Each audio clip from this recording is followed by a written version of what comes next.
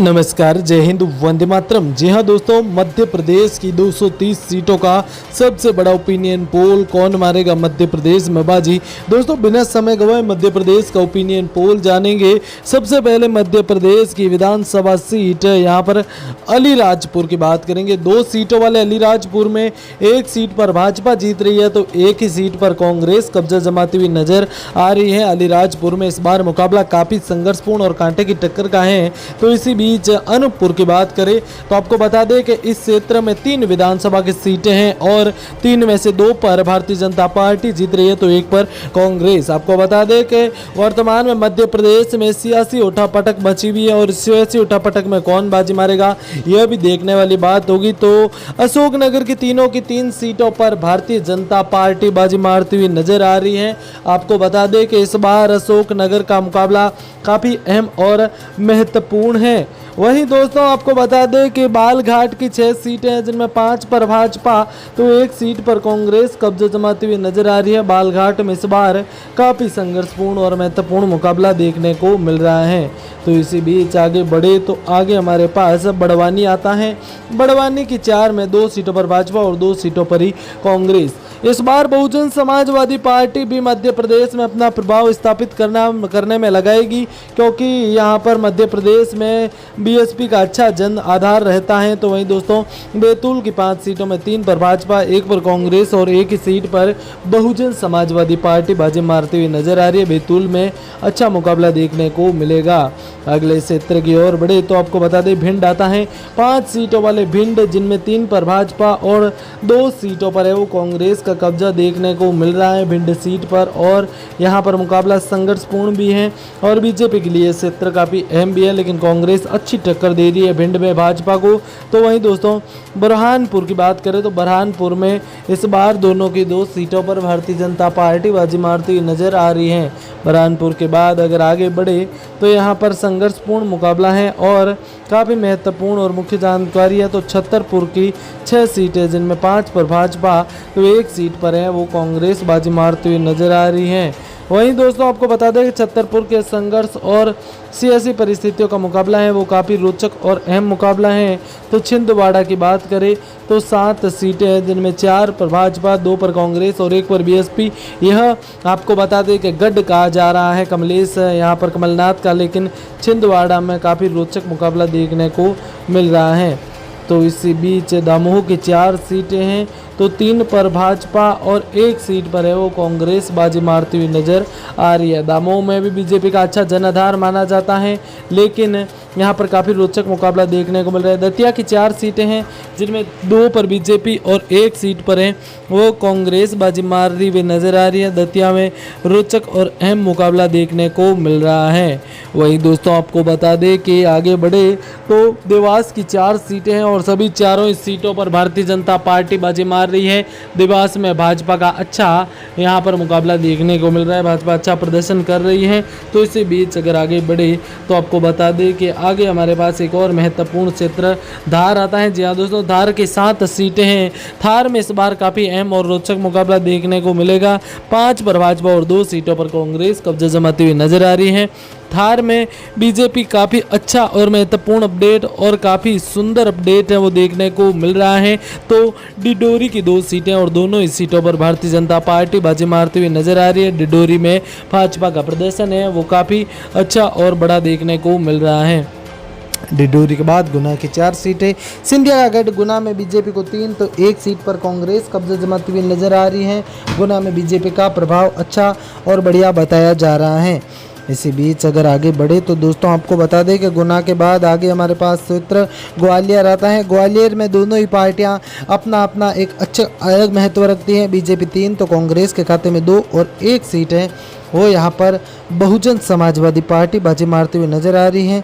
तो इसी बीच अगर आगे बढ़े तो हरदोई आता है। 2 सीटें हैं और दोनों ही सीटों पर भारतीय जनता पार्टी बाजी मारती हुई नजर आ रही है।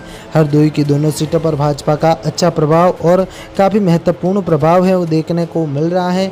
तो इसी बीच अगर आगे बढ़े तो आपको बता दें कि होशंगाबाद की 4 सीटें हैं। चारों ही सीटों पर भारतीय जनता पार्टी बाजी मार रही है। होशंगाबाद में भाजपा का अच्छा प्रभाव देखने को मिल रहा है। तो इसी बीच होशंगाबाद में जिस प्रकार से भाजपा का प्रदर्शन है वो काफ़ी महत्वपूर्ण है। तो इंदौर की 9 सीटों में 8 सीटों पर भारतीय जनता पार्टी और 1 सीट पर कांग्रेस बाजी मार रही है। इंदौर में भारतीय जनता पार्टी काफ़ी अहम और महत्वपूर्ण प्रदर्शन करती हुई नजर आ रही है। वहीं दोस्तों अगर आगे बढ़े तो आपको बता दें कि जबलपुर आता है। यहाँ पर जबलपुर की 8 सीटें जिनमें 6 पर भाजपा और 2 सीटों पर है वो कांग्रेस कब्जा जमा रही है। जबलपुर में भाजपा का काफ़ी अच्छा और सुंदर प्रदर्शन है वो देखने को मिल रहा है। जिस प्रकार से मुकाबला रोचक है वो भी काफ़ी खास और देखने लायक है। तो झाबुआ की 3 सीटों में 2 सीटें भाजपा जीत रही है तो 1 सीट कांग्रेस। यहाँ पर दोनों ही पार्टियों की काफ़ी अच्छी और बढ़िया प्रदर्शन और अच्छी प्रदर्शनी देखने को मिल रही है। तो इसी बीच आपको बता दें कि झाबुआ के बाद कटनी की 4 सीटें जिनमें 2 पर भाजपा और 1 सीट पर है वो बहुजन समाजवादी पार्टी बाजी मारती हुई नजर आ रही है। कटनी की सीटों को लेकर भी लगातार अच्छी और महत्वपूर्ण अपडेट है वो देखने को मिल रही है। इसी बीच अगले क्षेत्र की ओर बढ़े तो खंडवा 4 सीटों वाले खंडवा में 3 सीटों पर भाजपा और 1 सीट पर कांग्रेस बाजी मार रही है। खंडवा में भाजपा का प्रदर्शन है वो काफ़ी अच्छा और बढ़िया देखने को मिल रहा है और इसी के चलते खंडवा में बीजेपी के लिए काफ़ी अच्छी और सुंदर अपडेट है वो देखने को मिल रही है। इसी बीच अगर आगे बढ़े तो दोस्तों आपको बता दें कि आगे हमारे पास एक और महत्वपूर्ण क्षेत्र है खरगोन। यहाँ पर खरगोन का काफ़ी अच्छा और बढ़िया प्रदर्शन है वो देखने को मिल रहा है। खरगोन को लेकर यहाँ पर लगातार यहाँ पर संघर्षपूर्ण और काफ़ी अच्छी और महत्वपूर्ण परिस्थितियाँ हैं और निश्चित तौर पर हमें देखने को मिल रही हैं। इसी बीच आपको बता दें कि मंडला की 3 सीटें जिनमें 2 पर भाजपा और 1 सीट है वो कांग्रेस का कब्जा जा रहा है। मंडला में काफ़ी अच्छा और बड़ा प्रदर्शन है वो भारतीय जनता पार्टी की ओर से किया जा रहा है। तो मंदसौर की बात करें तो आपको बता दें कि मंदसौर की यहाँ पर 4 में 2 पर सीटों पर भाजपा और 2 सीटों पर है वो कांग्रेस कब्जा जमाती हुई नजर आ रही है। मंदसौर के लिए भी काफ़ी अच्छा और बढ़िया प्रदर्शन है वो देखने को मिल रहा है। तो इसी बीच मुरैना की 6 सीटें हैं जिनमें 4 पर भाजपा और 2 सीटें वो कांग्रेस को जीत मिलती हुई नजर आ रही हैं। आपको बता दें कि इस बार इस क्षेत्र से भी काफ़ी अच्छा और बढ़िया इफेक्ट है वो देखने को मिल रहा है। तो इसी बीच मुरैना की बात करें तो मुरैना को लेकर भी अपडेट है। नरसिंहपुर की 4 सीटों में 2 पर भाजपा और 2 ही सीटों पर यहाँ पर कांग्रेस बाजी मारती हुई नजर आ रही है। मुरैना को लेकर काफ़ी कुछ बढ़िया और सुंदर अपडेट है वह देखने को मिल रहा है। नरसिंहपुर की 4 में 2 पर भाजपा और वहीं दोस्तों नीमच की 3 सीटें हैं 2 पर भाजपा और 1 सीट पर कांग्रेस बाजी मार रही है। नीमच में भी एक अहम और महत्वपूर्ण अपडेट देखने को मिल रहा है। वहीं दोस्तों आपको बता दें कि नीमच को लेकर महत्वपूर्ण और काफ़ी कुछ खास बड़ी अपडेट है। तो पन्ना की तीनों की 3 सीटें भारतीय जनता पार्टी जीत करेगा बढ़िया प्रदर्शन का दावा करती हुई नजर आ रही है। आपको बता दें कि बहुमत का आंकड़ा है वो भी काफ़ी अहम है और इसी के चलते 115 सीटों के इस मुकाबले में रायसेन की 3 में 2 पर भाजपा और 1 सीट है वो कांग्रेस बाजी मारती हुई नजर आ रही है। रायसेन में भाजपा का प्रदर्शन देखने लायक है और इसी के चलते यहाँ पर मुकाबला भी काफ़ी अहम माना जा रहा है। तो इसी बीच अगर आगे बढ़े तो राजगढ़ की 5 में 3 सीटों पर भाजपा और 2 सीटें वो कांग्रेस के कब्जे में जाती हुई नजर आ रही हैं। राजगढ़ में कांग्रेस का कब्जा काफ़ी अच्छा और महत्वपूर्ण माना जा रहा है। तो आपको बता दें कि राजगढ़ की 5 में 3 पर बीजेपी और 2 सीटें वो कांग्रेस का कब्जा होता हुआ नजर आ रहा है। राजगढ़ को लेकर लगातार संघर्षपूर्ण स्थिति और सियासी कुनबा है वो काफ़ी मजबूत नजर आ रहा है। तो इसी बीच रतलाम की 5 सीटें जिसमें 4 पर भाजपा और 1 सीट पर कांग्रेस कब्जा जमाती हुई नजर आ रही है। तो दोस्तों रीवा की 8 सीटों में 5 पर भाजपा और 3 सीटें हैं वो कांग्रेस के कब्जे में जाती हुई नजर आ रही हैं। रीवा में भी काफ़ी महत्वपूर्ण और अच्छा अपडेट है वो देखने को मिल रहा है। इसी बीच आपको बता दें कि वर्तमान में जो परिस्थिति है उसको देखते हुए सागर के 8 सीटें हैं जिनमें 6 पर भाजपा और 2 सीटें वो कांग्रेस के कब्जे में जाती हुई नजर आ रही है।